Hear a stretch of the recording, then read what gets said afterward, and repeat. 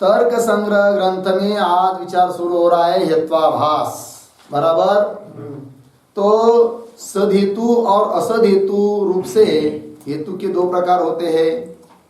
वैसे असद हेतु कहने के लिए हेतु है, वो हेतु होते ही नहीं है, हेत्वाभास है। किंतु समझने के लिए कह दिया जाता है कि सदहेतु कितने प्रकार के हैं? सदहेतु कितने प्रकार के हैं? 3। कौन कौन? अन्वय व्यतिरेकी, केवल व्यतिरेकी, बराबर। और असद हेतु हेत्वाभास जिसको बोलते हैं वो कितने प्रकार के हैं? 5। कौन कौन? सविचार, विरुद्ध, सत्प्रतिपक्ष, असत्य, बाधिता, पंच हेत्वाभासा। ठीक है, अब इसका पदकृत्य देखेंगे। हेतु निरूप्य प्रसंगात हेत्वाभासान आह सविचार इति। मिळालं? हेतु निरूप्य, सदहेतुचं निरूपण होने के बाद प्रसंग प्राप्त है, इसीलिए हेत्वाभास का भी ग्रंथकार निरूपण कर रहे हैं। किस पंक्ति के द्वारा? सविचार इत्यादि पंक्ति के द्वारा। ठीक है, तो अत्र इदम बोध्यम मिल गया। इनको दिखा दो भाई, मागे पुढे झाले तुमच्यामध्ये। अत्र इदम बोध्यम पदकृत्य में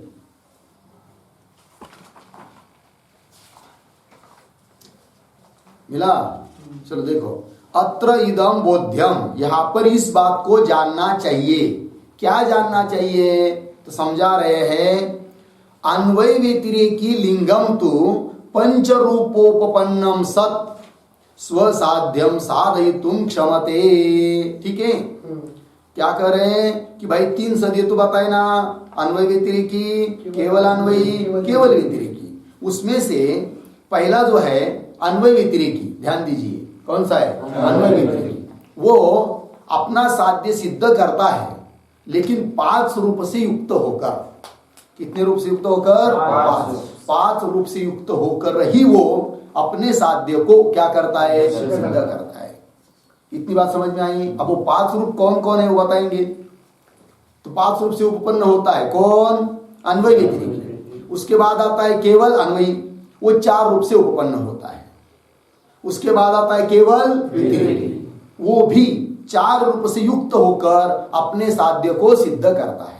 समझ में आया? तो अन्वय व्यतिरेकी ये कितने रूप से युक्त होकर अपने साध्य को सिद्ध करेगा? 5। और केवल अन्वय और केवल व्यतिरेकी 4। समझ में आया? अब अन्वय व्यतिरेकी जो हेतु है वो उसके 5 रूप कौन कौन है इसको दे रहे हैं। अभी देखिए, अत्र इदम बोध्यम अन्वय व्यतिरेकी लिंगम, लिंगम मतलब हेतु, अन्वय व्यतिरेकी हेतु तो पंच रूपोपन्नम 5 रूपों से युक्त होकर स्वसाध्यम अपने साध्य को साधयितुम क्षमते सिद्ध करने के लिए समर्थ होता है। ठीक है, तानी कानी इति चेत श्रूयताम। तानी कानी मतलब वो 5 रूप कौन कौन है, ऐसी यदि जानने की इच्छा हो रही हो, इति चेत श्रूयताम, सुन लो, हम बताएंगे वो 5 रूप कौन कौन है करके। ध्यान दीजिए भाई। चलिए, अन्वय व्यतिरेकी जो हेतु था उसका उदाहरण दिया था। क्या था वो स्थल बता सकते हैं? बोलो। पर्वतः वन्यमान धूमान यो यो धूमान वन्यमान यथा मानसम, है ना? तो बोलो यहाँ पर पक्ष कौन है? पर्वत, बराबर। साध्य वन्य, हेतु धूम, हेतु क्या है? धूम। और उदाहरण मानस। पुनः एक बार, पक्ष पर्वत, साध्य वन्य, हेतु धूम और दृष्टांत सपक्ष कौन है बताओ? मानस। सपक्ष कौन है? किसको बोलते हैं सपक्ष? साध्य जहां रहता है उसको बोलते हैं सपक्ष। तो सपक्ष कौन है यहाँ पर? मानस। क्यों? मानस में निश्चित रूप से रहता है कौन? साध्य। और पक्ष कौन है? पर्वत। किसको बोलते हैं पक्ष? साध्यवान। तो पर्वत क्यों पक्ष है? इसलिए साध्य का संज्ञा है, सिद्ध करना है हम लोगों को अभी। ठीक। और एक है विपक्ष। तो विपक्ष कौन है बताओ? जलरुद्र। विपक्ष कौन है? जलरुत क्यों विपक्ष है? रूप से वहां पर साध्य का अभाव, साध्य का अभाव निश्चित रूप से जहां रहता है उसको बोलते हैं क्या? विपक्ष। उसको क्या बोलते हैं? बताओ फिर। पर्वतो वन्यमान धूमात, इस अन्वय व्यतिरिक्त स्थल में पक्ष कौन? साध्य वन्नी, हेतु धूम, पक्ष पर्वत, सपक्ष मानस और विपक्ष जल। इतनी बात समझ में आई ना? हाँ। तो हेतु कौन है? धूम। तो हेतु जो धूम है वो पक्ष पे है कि नहीं? बोलो। पक्ष कौन है? पर्वत। पर्वत पर भी है कौन? धूम। अच्छा, वो धूम हेतु सपक्ष में है कि नहीं? बोलो। है। सपक्ष कौन है? मानस, वहां पर भी है। वो धूम हेतु विपक्ष में है क्या? नहीं। विपक्ष कौन है? महारुत, जलरुत, उसमें वो धूम नहीं। तो तीन बात पता चली, पक्ष में रहता है हेतु, सपक्ष में रहता है और विपक्ष में नहीं रहता है। इतनी बात समझ में आई ना? अच्छा, धूम हेतु को लेकर, धूम हेतु के बल पर हम लोग पर्वत में वह निरूप साध्य की क्या कर रहे हैं? सिद्धि कर रहे हैं। तो साध्य कौन हुआ? साध्याभाव। उसी पर्वत पर साध्याभाव को सिद्ध करने के लिए और कोई हेतु है क्या? नहीं है। यहां पर कोई हेतु मौजूद नहीं। क्या? धूम हेतु के बल से हम लोग पर्वत में किसकी सिद्धि कर रहे हैं? साध्य की। किसकी? साध्य की, वन्य की।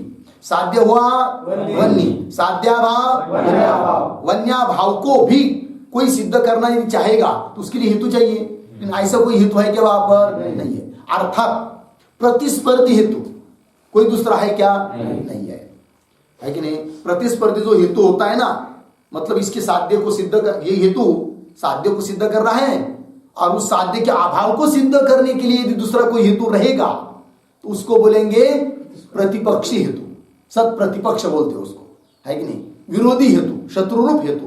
लेकिन ऐसा कोई है कि यहाँ पर? नहीं है। इतनी बात समझ में आई? हाँ। अच्छा, पर्वत पर वन्य का अन्य प्रमाण के द्वारा बाध है क्या? नहीं है। नहीं है ना? इसका मतलब धूम हेतु का साध्य जो वन्य वो कैसा है? अबाधित है। क्या है जी? अबाधित है। अबाधित विषय है उसका। धूम हेतु है ना? कैसा है धूम हेतु? उसका विषय, उसका हेतु का विषय क्या होता है? साध्य। और वो साध्य पर्वत में कैसा है? अबाधित है। अबाधित विषय तो आ गया, समझ में आया? तो पांच रूप कौन कौन है? देखो भाई, पक्ष में रहना, हेतु को पक्ष में रहना चाहिए, एक बात। सपक्ष में भी रहना चाहिए, किसको? हेतु को। और विपक्ष में नहीं रहना चाहिए, तीन हुई बात। और असत प्रतिपक्ष और अबाधित, ये दो। तो कुल मिलाकर कितने हुए? पांच। इस प्रकार पांच रूप से युक्त होता है हेतु। कौन हेतु? अन्वय व्यतिरिक्त। तब जाकर वो अन्वय व्यतिरिक्त की हेतु अपने साध्य को क्या करता है? सिद्ध करता है। समझ में आया? वही पांच रूप अब दे रहे हैं, देखिए पुस्तक में। तानी कानी इति चेत श्रूयताम पक्ष धर्मत्वम। मिला? पक्ष धर्मत्वम। पक्ष धर्मत्व मतलब पक्ष में रहना, हेतु पक्ष में रहना चाहिए। ये पहला रूप हुआ। पांच रूप बताना है ना, तो पहला रूप क्या हुआ? पक्ष धर्मत्व। क्या? पक्ष धर्मत्व। पक्ष धर्मत्व मतलब पक्ष में रहना। किसको रहना चाहिए? हेतु को। तो पक्ष धर्मत्वम। सपक्ष सत्वम, ये दूसरा। सपक्ष सत्व, सत्व मतलब रहना, किसमें? सपक्ष में। तो सपक्ष में भी रहना चाहिए। तो पक्ष धर्मत्व तो पक्ष में रहना चाहिए। सपक्ष सत्वम, सपक्ष में भी रहना चाहिए। और विपक्षाद व्यावृत्ति ही, क्या है बोलो? विपक्षाद व्यावृत्ति। व्यावृत्ति मतलब न रहना, विपक्ष में नहीं रहना चाहिए।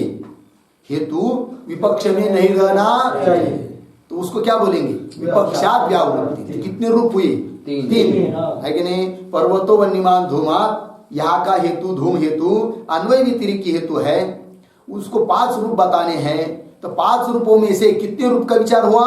तीन। कौन कौन? पक्ष धर्मत्व, सपक्ष सत्व, विपक्षाद व्यावृत्ति। विपक्ष में न रहना, बात बन गई। तीन समझ में आया? आगे चलेंगे। विपक्षाद व्यावृत्ति ही, उसके बाद अबाधित विषयत्व, ये चौथा रूप है, बोलो क्या? अबाधित विषयत्व। अबाधित विषयत्वम, क्या? अबाधित विषयत्व।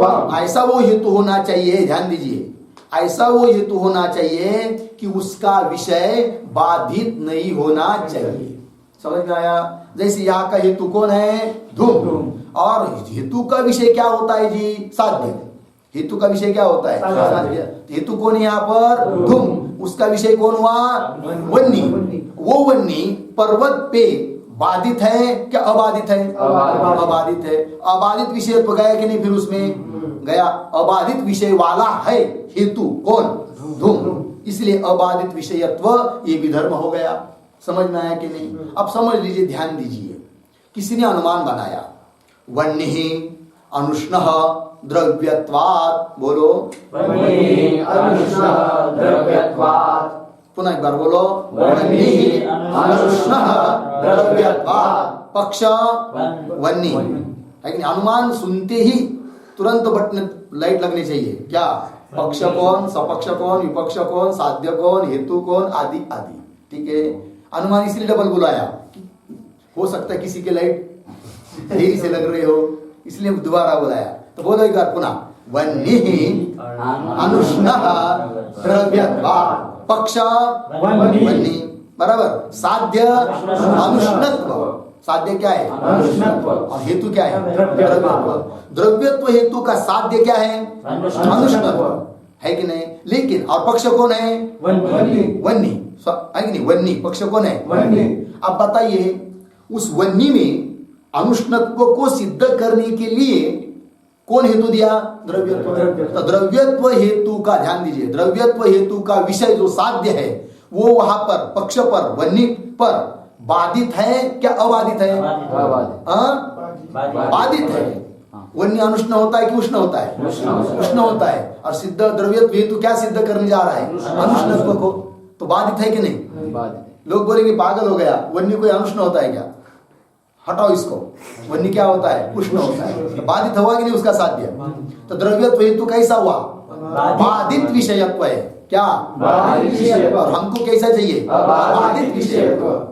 यहाँ का हेतु पर्वतः वन्यमान धूमान, यहाँ का हेतु अबाधित विषय वाला है या बाधित विषय वाला है? अबाधित विषय वाला। अबाधित विषय वाला है। तो कितने रूप हुए? 4। कौन कौन? पक्ष धर्मत्व, सपक्ष सत्व, विपक्षावृत्ति, अबाधित विषयत्व। 4 हुए कि नहीं? ध्यान में आना चाहिए, मोटी मोटा आकर देखना है। वन्नी पर्वत पक्ष है ना?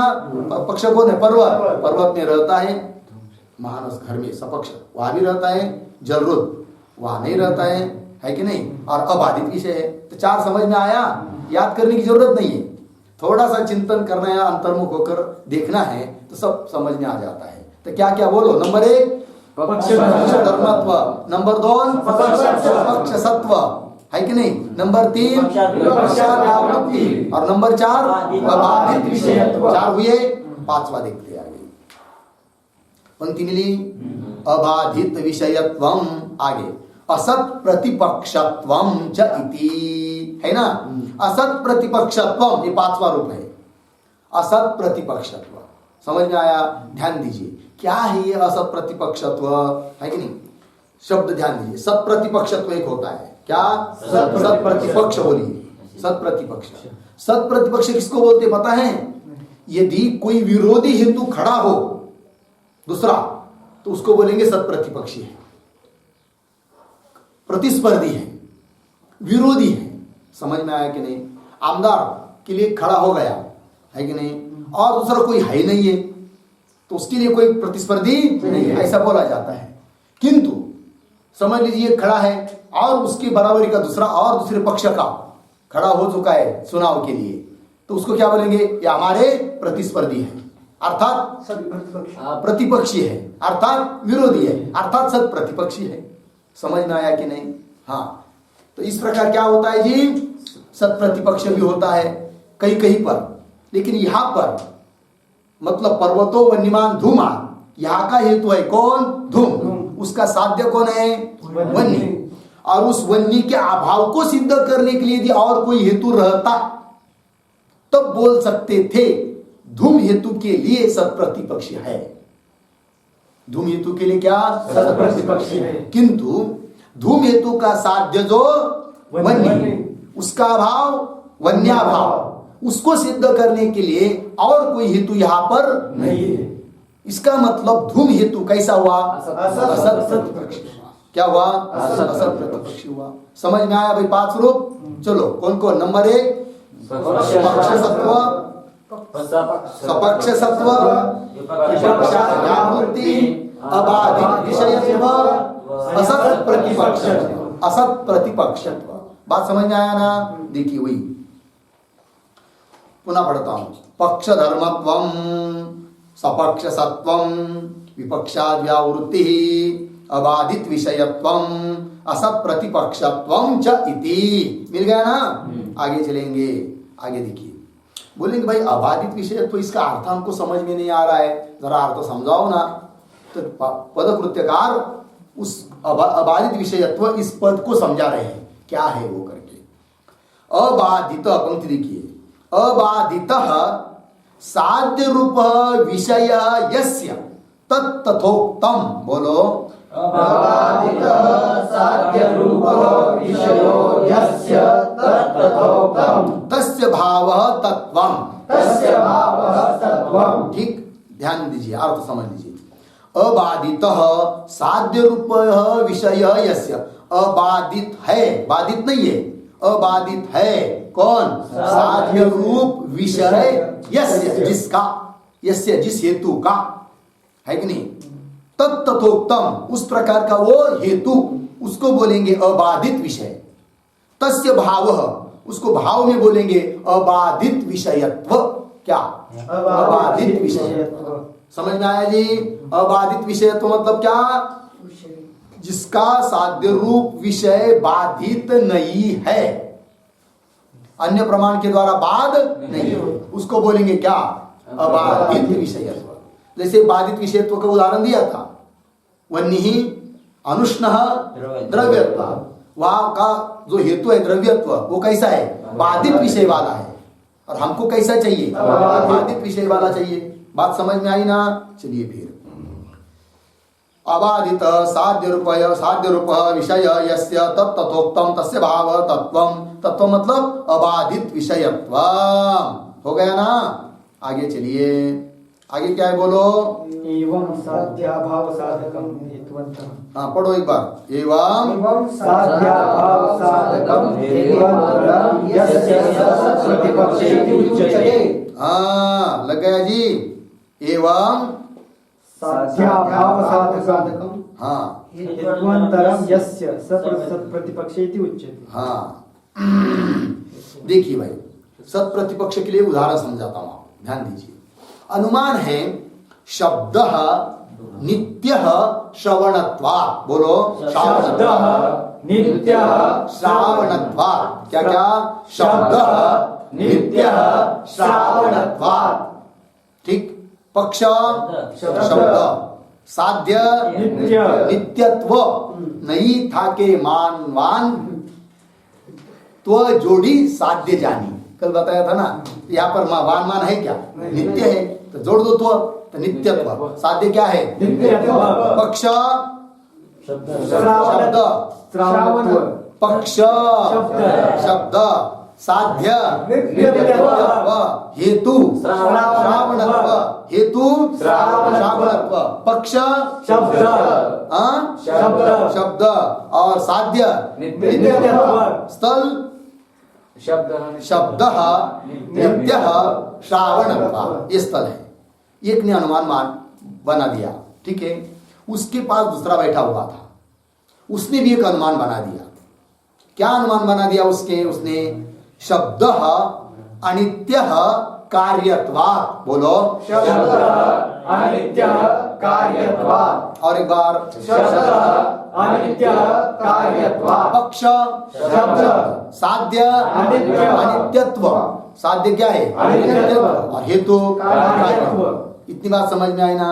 पक्ष कौन है? शब्द। दोनों जगह पक्ष एक ही है। एक ही पक्ष में, शब्द रूप पक्ष में दो चीज सिद्ध की जा रही है। एक कर रहा है सिद्ध किसको? नित्यत्व को। और उसका अभाव क्या होता है? अनित्यत्व। तो ये कर रहा है अनित्यत्व को सिद्ध कर रहा है। नित्यत्व को सिद्ध करने के लिए हेतु कौन दिया? श्रावणत्व। और अनित्यत्व को सिद्ध करने के लिए हेतु कौन दिया? कार्यत्व। देखो ये इसके अभाव को सिद्ध कर रहा है, वो उसके अभाव को सिद्ध कर रहा है कि नहीं? श्रावणत्व किसको सिद्ध कर रहा है? नित्यत्व को, अर्थात अनित्यत्व के अभाव को। और कार्यत्व किसको सिद्ध कर रहा है? अनित्यत्व को, अर्थात नित्यत्व के अभाव को। उसके उस हेतु का साध्य जो है उसके अभाव को ये सिद्ध कर रहा है, और इस हेतु का जो साध्य है उस साध्य के अभाव को वो हेतु सिद्ध कर रहा है। तो ये दूसरे के क्या हो गए? प्रतिस्पर्धी। इसको बोलेंगे सत प्रतिपक्ष। क्या बोलेंगे? सत प्रतिपक्ष। इस प्रकार का सत प्रतिपक्ष हमको नहीं चाहिए। समझ में आया? वही व्याख्या दे रहे पद कृत्य में सत प्रतिपक्ष की। देखिए भाई क्या है आगे? एवं मिला ना? एवं यस्य साध्याभाव साधकम हेत्वंतरम विद्यते सह सत प्रतिपक्ष इति उच्यते। बोलो।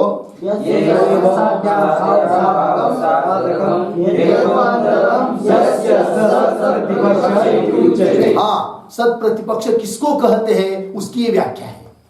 तो यस्य हेतु है कि नहीं? साध्याभाव साधकम, जिस हेतु के साध्य के अभाव को सिद्ध करने वाला साधक। हेत्वंतर मतलब अन्य हेतु, विद्यते विद्यमान है, सह सत प्रतिपक्ष, उसको क्या बोलेंगे? सत प्रतिपक्ष। क्या जी? सत प्रतिपक्ष। समझ में आया कि नहीं? क्या अर्थ समझ में आया? जिस हेतु के साध्य के अभाव को सिद्ध करने के लिए यदि और दूसरा कोई हेतु विद्यमान है तो उसको एक दूसरे को क्या बोलेंगे? सत प्रतिपक्ष। उदाहरण दिया, क्या उदाहरण दिया था? श्रावणत्व, कार्यत्व है कि नहीं? एक दूसरे के कैसे है? सत प्रतिपक्ष। समझ में आया? देखिए लग गया। यस्य साध्याभाव साधकम हेत्वंतरम विद्यते स सत प्रतिपक्ष इति उच्यते, है कि नहीं? और हमको क्या चाहिए? 5 रूप में से एक रूप बताया था ना, कौन सा? असत प्रतिपक्षत्व। सत प्रतिपक्षत्व नहीं बताया, है कि नहीं? ध्यान दीजिए, रूप क्या है 5वां? असत प्रतिपक्षत्व। असत प्रतिपक्षत्व समझाने के लिए सत प्रतिपक्ष बता दिया। ठीक, अब आगे कह रहे सत प्रतिपक्ष हुआ ना? आगे लिख रहे स नास्ति यस्य सह सत प्रतिपक्ष नास्ति यस्य सह असत पक्ष मिला। उस प्रकार का सत प्रतिपक्ष नहीं है जिस हेतु को उसको बोलेंगे क्या? असत प्रतिपक्ष। पंक्ति देखिए, सह नास्ति यस्य सह सत प्रतिपक्ष नास्ति यस्य, यस्य हेतु हो जिस हेतु के लिए उस प्रकार का सत प्रतिपक्ष नहीं है उसको क्या बोलेंगे? असत प्रतिपक्ष। लग गया जी? तस्य भाव तत्वम इति बोध्यम। तस्य भाव तत्व मतलब असत प्रतिपक्षत्व। क्या? असत प्रतिपक्ष। तो 5 रूप हुए कि नहीं? समझ में आया कि नहीं? 5 रूप कौन कौन? बोलो एक बार। पक्ष धर्मत्व, सपक्ष सत्व, विषयत्व, असत प्रतिपक्षत्व। इन 5 रूप से युक्त जो रहता है कौन? वही अपने साध्य को सिद्ध करता है। लेकिन 5 रूप से युक्त कौन होना चाहिए? अन्वय व्यतिरिक्त। अन्वय व्यतिरिक्त कितने रूप से युक्त होना चाहिए? 5। तब जाकर वो अपने साध्य को सिद्ध कर सकता है। इसमें से एक भी कम रह गया तो सद हेतु नहीं कहलाएगा, उसको क्या बोलेंगे? असद हेतु। समझ में आया? आगे चलिए। अब अन्वय व्यतिरिक्त की बात हो गई, उसके बाद आया था कौन? केवल अन्वय। वो कितने रूप से युक्त होता है पता है? 4। कौन कौन दे रहे? केवल अन्वयी तू चतुर्रूपोपन्नम एव स्वसाध्यम साधयितुं क्षमते। बोलो। केवल अन्वयितु चतुर्रूपोपन्नम एव स्वसाध्यम साधयितुं क्षमते। हाँ, केवल अन्वयी हेतु तो चतुर्रूपोपन्नम 4 रूप से युक्त होकर अपना साध्य सिद्ध करने के लिए क्या होता है? समर्थ होता है। कितने रूप से युक्त होकर? 4। वही केवल अन्वयी तू चतुर्रूपोपन्नम एव स्वसाध्यम साधयितुं क्षमते।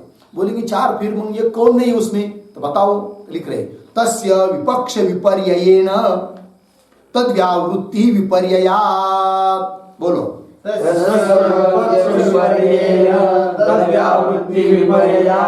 ध्यान दीजिए, केवल अन्वय का उदाहरण दिया था। क्या उदाहरण दिया था, याद है? घटः अभिधेयः प्रमेयत्वात् पटवत्। बोलो। हाँ, घटः अभिधेयः प्रमेयत्वात् पटवत्। पक्ष घट, साध्य अभिधेयत्व। पक्ष घट, साध्य अभिधेयत्व। बराबर, नक्की? हाँ, पक्ष घट, साध्य अभिधेयत्व, हेतु प्रमेयत्व। उदाहरण बराबर, पक्ष घट। सपक्ष बोले बताओ, सपक्ष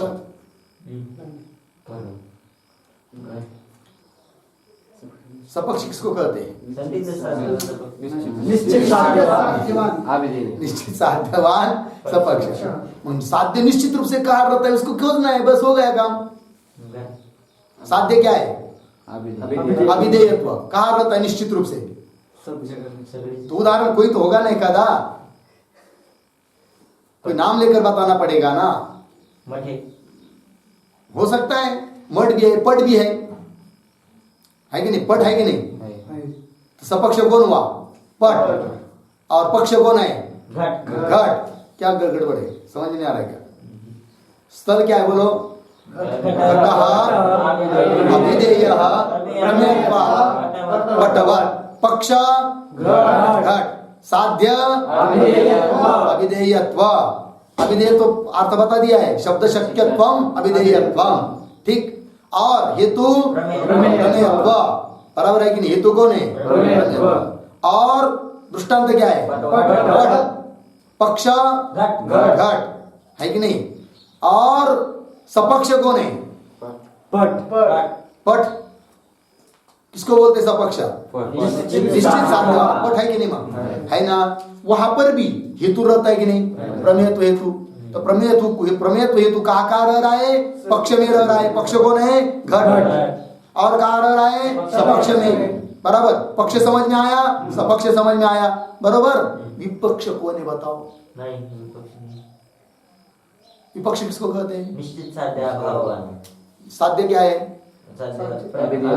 अभिधेयत्व। साध्याभाव, अभिधेयत्वाभाव। कहाँ रहता है अभिधेयत्व का भाव? कहीं नहीं रहता है कि नहीं? कहीं नहीं रहता है। इसका मतलब विपक्ष नहीं है। अब 5 रूप जो पहले थे ना, उसके लिए 5 रूप कौन कौन थे? पक्ष धर्मत्व, पक्ष सत्व, विपक्ष में न रहना। समझ में आया? यहाँ पर विपक्षाद व्यावृत्ति ये रूप नहीं होगा, क्योंकि विपक्ष है ही नहीं है। तो कहां से विपक्षाद व्यावृत्ति होगा? समझ में आया?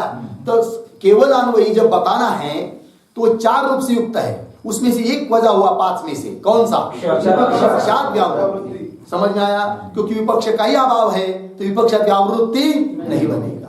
फिर 4 रूप कौन कौन बचे? पक्ष धर्मत्व, पक्ष सत्व, विषयत्व, असत प्रतिपक्षत्व।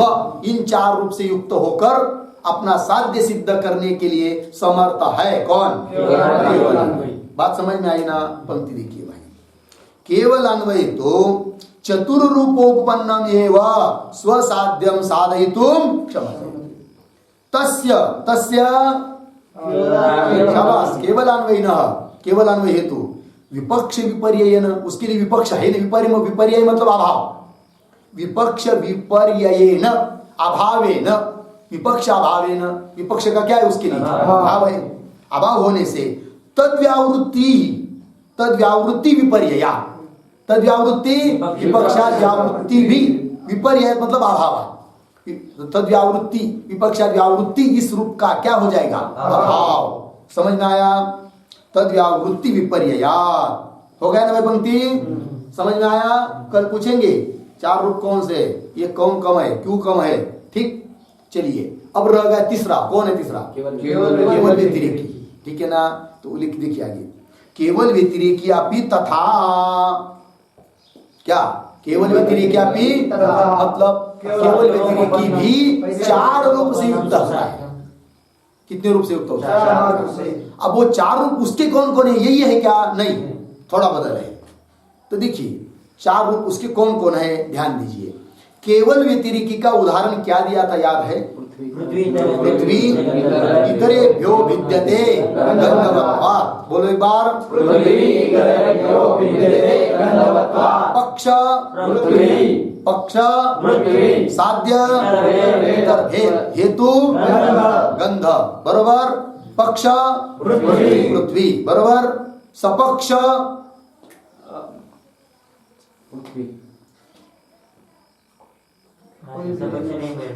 हाँ, सपक्ष है नहीं उसको। सपक्ष किसको बोलते हैं? निश्चित साध्यवान। साध्य क्या है यहाँ? इतर भेद है कि नहीं? इतर भेद निश्चित रूप से कहाँ रह रहा है, बताओ? पृथ्वी। निश्चित रूप से थोड़ी वहां पर, वो तो पक्ष है ना पृथ्वी, वहां संदिग्ध है। निश्चित रूप से कहाँ रह रहा है? कहीं नहीं। इतर तो सब आ गए ना इकट्ठा, उनका भेद पृथ्वी में है लेकिन वो संदिग्ध है। निश्चित रूप से कहा है, बताओ? कहीं नहीं। इसका मतलब सपक्ष नहीं है। केवल व्यतिरिक्त जो होता है उसको सपक्ष नहीं होता है, और केवल अन्वयी होता है जो हेतु, उसके लिए विपक्ष नहीं होता है। समझ में आया जी? अब केवल व्यतिरिक्त के लिए सपक्ष है नहीं, तो सपक्ष सत्व बोल सकते हैं क्या? नहीं बोल सकते। तो सपक्ष सत्व को वजा करके, कम करके बचे हुए 4 रूप से युक्त होगा वो केवल व्यतिरेकी। समझ में आया? तो 4 रूप कौन कौन बोलो? धर्मत्व, विपक्षावृत्ति, विषयत्व, प्रतिपक्षत्व। इन 4 रूप से युक्त होगा, है कि नहीं? देख लेंगे। स्थल है क्या? पृथ्वी इतरेभ्यो विद्यते गंधवत्वात्। पक्ष पृथ्वी। पक्ष कौन है? पृथ्वी। सपक्ष तो है नहीं है। विपक्ष कौन है, बताओ? जलादि। बराबर है। विपक्ष कौन है? जलादि। उन जलादि में गंध हेतु रह रहा है क्या? जलादि विपक्ष है कि नहीं? इतनी बात समझ में आएगी। विपक्ष किसको कहते हैं? निश्चित साध्याभाव। साध्य क्या है हमारा? इतर भेद। साध्य क्या है? इतर भेद। इतर भेद कहाँ सिद्ध कर रहे हैं हम लोग? पृथ्वी में, है कि नहीं? इतर भेद का अभाव कहाँ है? जलादि में। कल बताया था ना। तो निश्चित रूप से साध्य का अभाव कहाँ रह रहा है? जलादि में। अर्थात विपक्ष कौन हुई? जलादि। विपक्ष में, जलादि में गंध हेतु है क्या? नहीं। तो विपक्षा व्यावृत्ति हुई कि नहीं? हुई। तो 2 धर्म आए, क्या क्या? पक्ष धर्मत्व। पक्ष कौन है? पृथ्वी। वहां पर गंध हेतु है कि नहीं? पक्ष धर्मत्व है। विपक्षात व्यावृत्ति है, और अबाधित विषयत्व है, और असत प्रतिपक्षत्व है। तो 4 रूप से युक्त हुआ कौन? केवल व्यतिरेकी। समझ में आया भाई? पंक्ति देखिए। केवल व्यतिरेकी अपि तथा तस्य सपक्ष विपर्ययेन। विपर्ययेन मिला ना? तस्य केवल व्यतिरेकी न। केवल व्यतिरेकी हेतु के लिए सपक्ष नहीं है। विपर्यय मतलब अभाव। सपक्ष का क्या है? अभाव। सपक्ष का अभाव होने से तत्सत्व विपर्ययात्। तत्सत्व मतलब सपक्ष सत्व, ये धर्म वो नहीं रहेगा। सपक्ष सत्व विपर्ययात् अभावात्। मिला पंक्ति? तत्सत्व विपर्ययात् इति। हो गया ना? आगे चलेंगे। आगे क्या है बोलो? उपदर्शित रूपाणाम। आगे क्या है? मध्य कतिपय रूपोपन्नत्वात्। आगे इतना ही है ना? तो देखिए, ध्यान दीजिए। उपदर्शित रूपाणाम मध्ये कतिपय रूपोपन्नत्वात्। मिला? इतने से वाक्य पूरा नहीं होता है। आप लोगों का पदकृत्य आगे के पेज पर चला गया है। देखिए आगे के पेज पर, वो इधर होना चाहिए, तो आगे की पंक्ति उधर गई है। मिला? हेतुवत आभासन्ते, ऐसी पंक्ति है पदकृत्य में, है कि नहीं? हाँ मिला? हेतुवत। उसके पीछे क्या है पदकृत्य में? हाँ व्यभिचारिती है ना, वो वहां पर नहीं चाहिए था, है कि नहीं? हेतुवत आभासन्ते पीछे चाहिए था। हेतुवत आभासन्ति हेत्वाभासा, ऐसा आगे भी है कुछ। समझ लीजिए आप लोग, कोई बात नहीं, समझ में आया ना? चाहे उसको लिए कुछ चिन्ह करना हो तो कर सकते। कैसा चिन्ह करना पड़ेगा? उपदर्शित रूपाणाम मध्ये कतिपय रूपोपन्नत्वात्, वहां पर स्वस्तिक का चिन्ह निकालिए। फिर आगे हेतुवद आभासन, इसके पूर्व में स्वस्तिक का चिन्ह निकालिए, तो वहां से वो जुड़ जाएगा। या आपके हिसाब से जैसा करना हो करिए। ये तो बात कुछ करेंगे।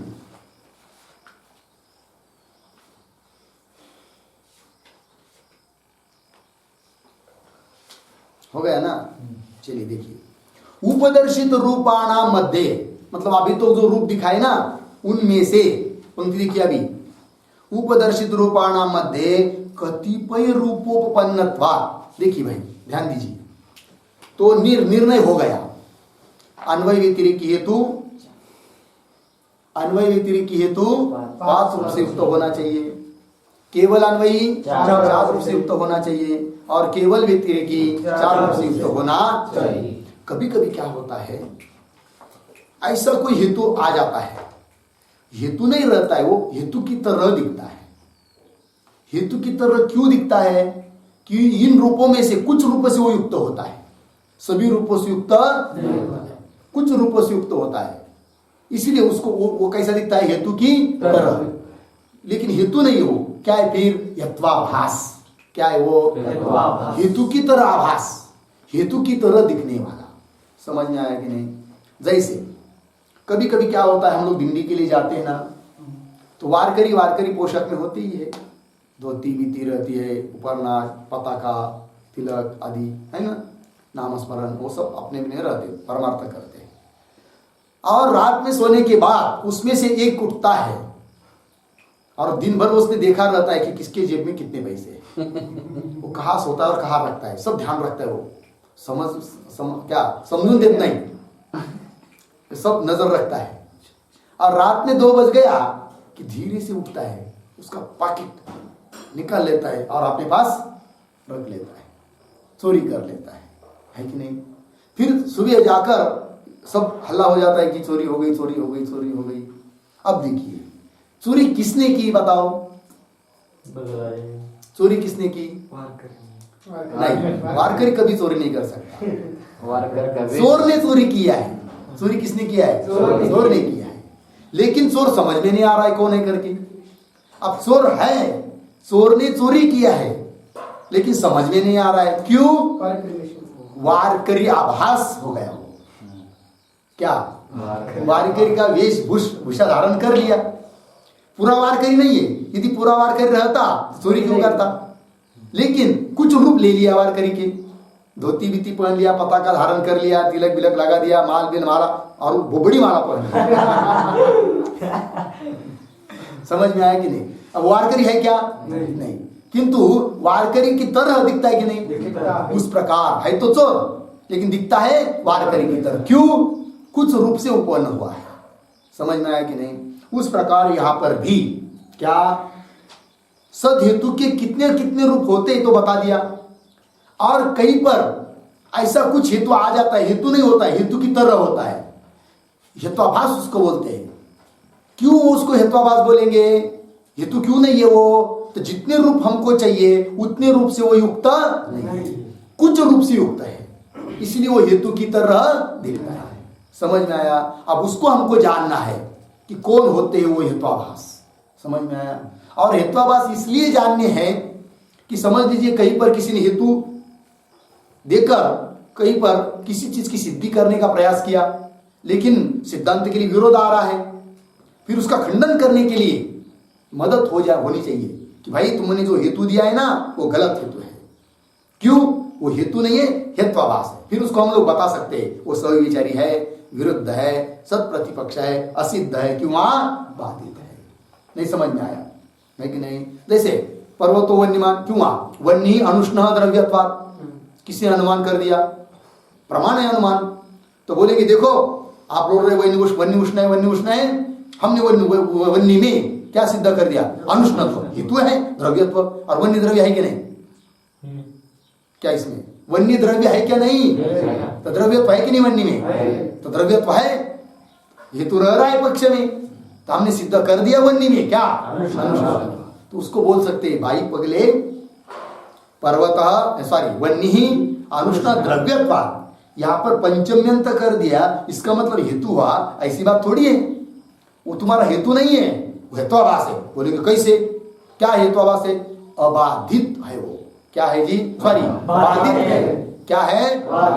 5 हेत्वाभास होते हैं ना, सविचार, विरुद्ध, सत्प्रतिपक्ष, असिद्ध, बाधित। तुम्हारा हेतु कैसा है?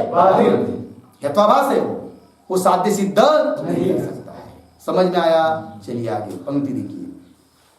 उपदर्शित रूपाणां मध्ये कतिपय रूपोपपन्नत्वात्, कुछ रूप से युक्त होने के कारण, आगे हेतुवत् आभासन्ते, अगले पेज पर हेतुवत् आभासन्ते इति हेत्वाभासाः, हेतु की तरह दिखाई देते हैं, इसलिए उसको कहते क्या? हेत्वाभास। आगे क्या है? तत्वम हेत्वाभासत्वम, अर्थात हेत्वाभास का लक्षण कर रहे हैं। क्या लक्षण है? मैं पढ़ता हूं, बाद में बोलो।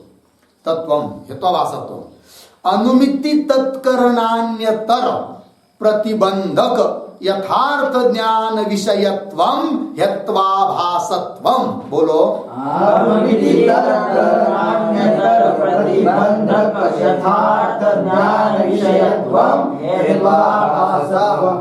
हेत्वाभासः असं है क्या? क्या विषयत्वम है ना? हो गया ना? फिर तो ऊपर से समझ लेना है हेत्वाभासत्वम, तत्वम दिया ना पीछे, तत्वम का मतलब हेत्वाभासत्वम, क्योंकि पीछे से उसका विचार चल रहा है ना। तो क्या लक्षण हुआ? अनुमिति तत्करणान्यतर प्रतिबंधक यथार्थ ज्ञान विषयत्वम हेत्वाभासत्वम। बोलो। अनुमिति तत्करणान्यतर प्रतिबंधक यथार्थ ज्ञान विषयत्वम हेत्वाभासत्वम। ठीक। अनुमिति तत्करण, अनुमिति किंवा अनुमिति का करण। अनुमिति का करण परामर्श ज्ञान हो सकता है, व्याप्ति ज्ञान हो सकता है। ठीक। तो अनुमिति किंवा अनुमिति का करण, उन दोनों में से किसी एक को, अन्यथा किसी एक को प्रतिबंधक, प्रतिबंध करने वाला, रोकने वाला जो यथार्थ ज्ञान, और उस यथार्थ ज्ञान का जो विषय है उसको बोलेंगे हेत्वाभास। समझ में आया जी? अनुमिति तत्करणान्यतर प्रतिबंधक, अनुमिति किंवा अनुमिति के करण को, दोनों में से किसी एक को प्रतिबंध करने वाला जो यथार्थ ज्ञान, उस यथार्थ ज्ञान का जो विषय है उसको बोलेंगे क्या? तो बोलो एक लक्षण एक बार।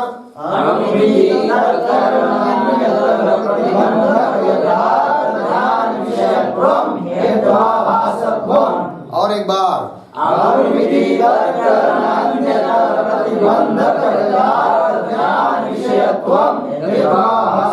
हो गया।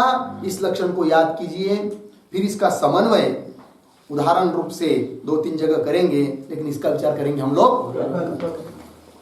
ओम पूर्णमदः पूर्णमिदं पूर्णात् पूर्णमुदच्यते पूर्णस्य पूर्णमादाय पूर्णमेवावशिष्यते। ओम शांति शांति शांति।